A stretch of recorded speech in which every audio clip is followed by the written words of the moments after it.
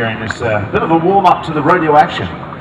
Well, this is Junior Trials Mini Cycle Club, and the club's up at Gwendolyn, and it's actually, it has children from the age of 4 years to 16 and teaches them how to ride motorbikes. They do various events. There's about 12 events that they actually do. We're going to be explaining, there's 2 events now they're going to do. They're doing Orange is the first one, where they've got to go around the witches' hats in a certain direction, and if they put their foot down in the wrong place, or if they clip a witch's hat, they're black flagged.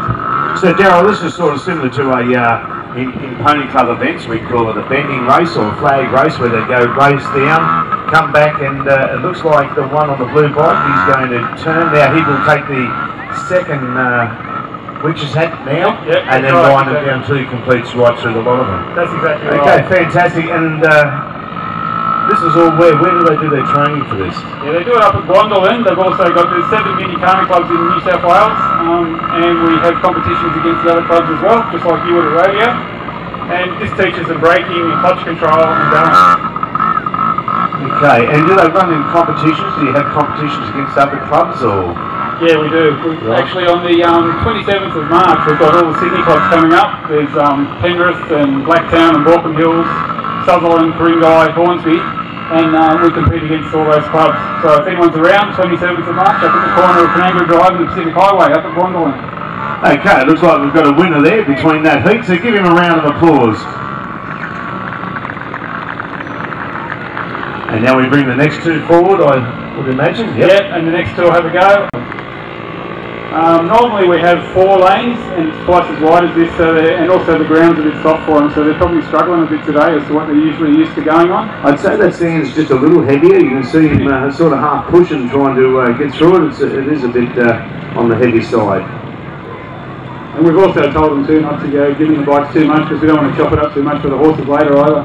Well, for the benefit of people out there, we're just going back on that, you know, it certainly is important that we don't dig the ground up too much, but we'll get some fellas out there later with some rakes, just to rake the sand over, because mainly in their horse events, if a horse comes out and he happens to stand in one of the wheel marks and trips over the sand, it's easy enough to sustain an injury, so we don't want any of that happening to the animals once they come out to perform. So we will rake the ground once this is finished. Bit of a dead heat here at the moment between the 2 of them. They seem to be going head to head. Yeah, this is Toby Grant and Aaron Simmons. They're both 8 years old, and they've both been riding the club for about 12 months. If a parent was out there and wanted to join the kids up, how would they go about it? Yeah, just come over to the tent we've got over there. We've got application forms, we've got brochures.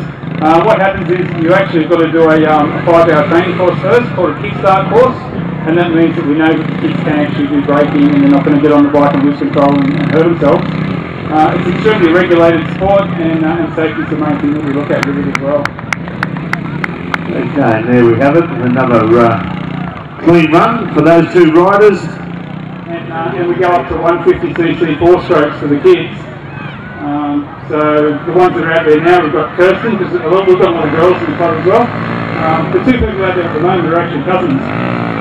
Kirsten Simmons and Richard Taylor. That's not Richard's bike actually, she usually rides a lot bigger bike than that, because she's out to the front at the moment. Okay, so he's a little bit more advanced than the first couple of heats that we had.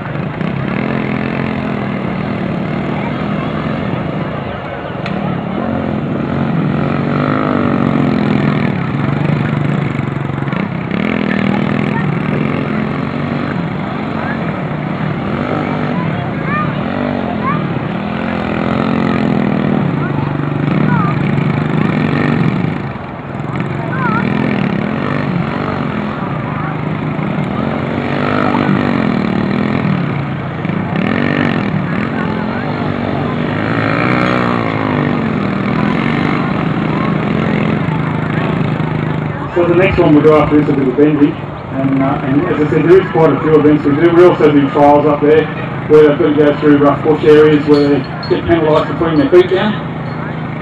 And the one that the least amount of points wins at the end of the day. Jack Hill and Kate Purcell, who I believe you'll see later on. Okay, so we get a penalty straight away for the furthest rider there for knocking the witch's hat over. How much is the penalty? Okay, well what happens is he's out, so he's got to usually stand there and wait till the event's over and then he comes back. So that's a black flag and it's a disqualification usually. Right. Because what we were looking at, I mean, if you compare this with the horses in Pony Club, then the witches had probably a good 4 or 5 feet closer, I guess, than what they would be with the horses. Yeah, well, the makes it pretty tight. The witches heads are usually 2.74 metres. The youngest age is 4 years old. We've got what we call non-competitive nippers, where they just go out and they practice and it's demonstration only. And then when they turn 7, that's when they can actually compete in the competitions. Okay, so we see one over there on the furthest lane at the moment. He only looks around about 5 or 6 year old. Yeah, I think he is 5. I think that's Come on, Noah. And, Get going, mate. He's one of the nippers. Power. He's there for about a year now. And he's doing really well. Lean it over and power it.